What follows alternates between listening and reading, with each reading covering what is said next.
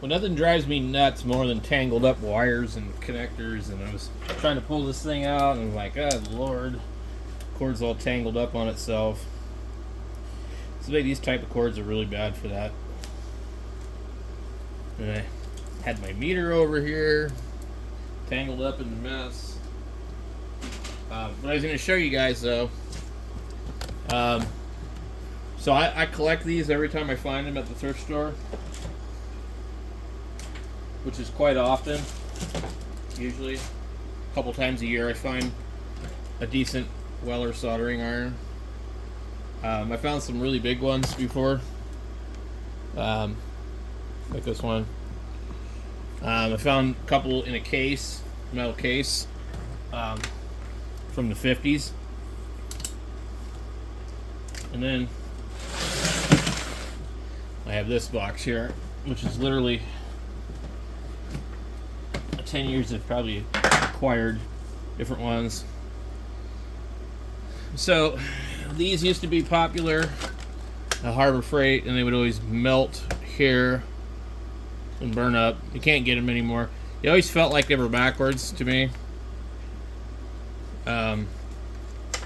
See those. Normally, this is how these ones go. They're like this. This is the most common one you'll find. It's a 8200, basically. The older ones, they're made in Pennsylvania, and they're made by Weller. Not all of them are made by Weller. Get cord out of here for this one. They're made out of Bakelite. You got to be really careful with them. If you drop them, they'll crack. This one is a slightly different label. Weller Expert. It doesn't have the model number on it there. You see how they crack? You drop them, they crack. Usually worse than that. The new ones aren't made out of Bakelite anymore, obviously, but so the new ones will look like this one.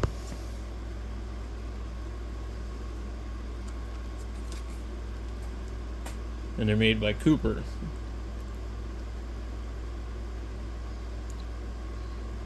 And they also have aluminum here with screws.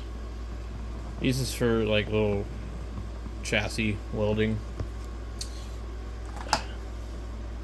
Some other ones that I have that I'm not really sure who the hell they're made by. It's a Radio Shack 230.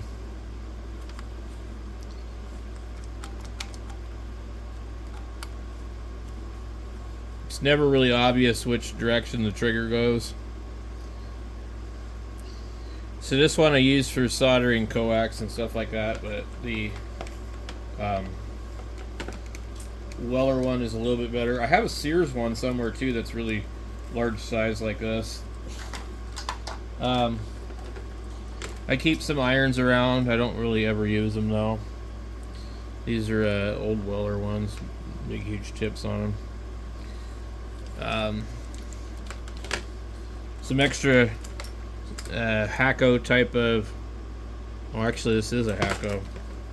I'll be damned.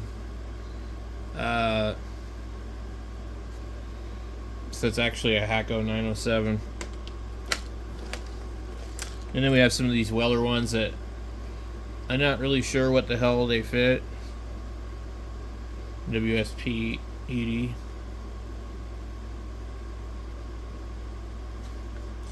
And then these are really easy to get at Home Depot. This is the I've had this a while. This used to be my only one for a long time. I got tired of burning up Harbor Freight ones. I don't know what the rating on this one is. I stepped on it one time too, and I bent it down here. It's got LEDs on it.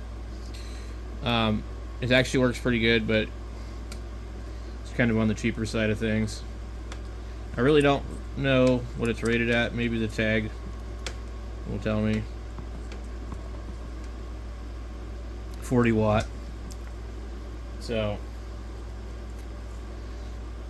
and then there's a yellow version. Oh look, it's a tablet that my son broke. I forgot about this. Almost wonder if the screen would fit the other one that he has. Interesting. Yeah. They broke the USB. I put wires in it and I had it to where it could charge.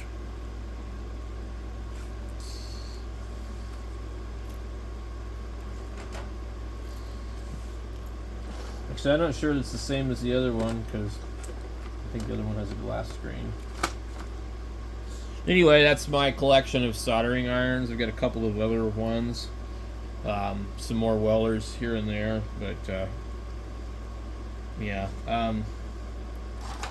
These Harbor Freight ones, they're incredibly hot, 180 watt. Goofy backwards type of handle.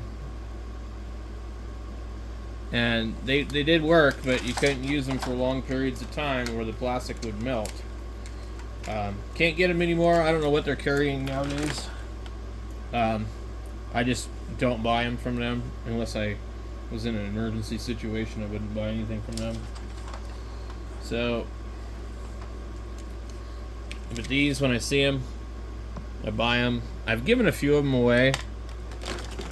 They're usually like, you know, $6 when I see them. Like the last one I bought was about $6. This is the one I probably should be using just because it's newer, and if I drop it, it probably won't crack. I'll try it out here in a little bit. I gotta solder some wire for some bigger stuff. So anyway, they're readily available, new and used. So that's what's good about them. Almost all the ones I have are cracked, if you can see here. So if you find one that's not cracked, that's cool. But yeah, they crack so easily because of the bakelite. And I think you might be able to buy a replacement case for them, but I'm not 100% sure about that. I don't know if the old ones fit in the new ones. So, yeah, so here's one I just picked up a couple of days ago. $6.49, and then literally there was another one that popped up. And sometimes they'll be pretty boogered up. I prefer the kind with this on here. I don't like the set screws at all. But one advantage of the set screws, though, is that you don't need to bend the thing. So, anyway,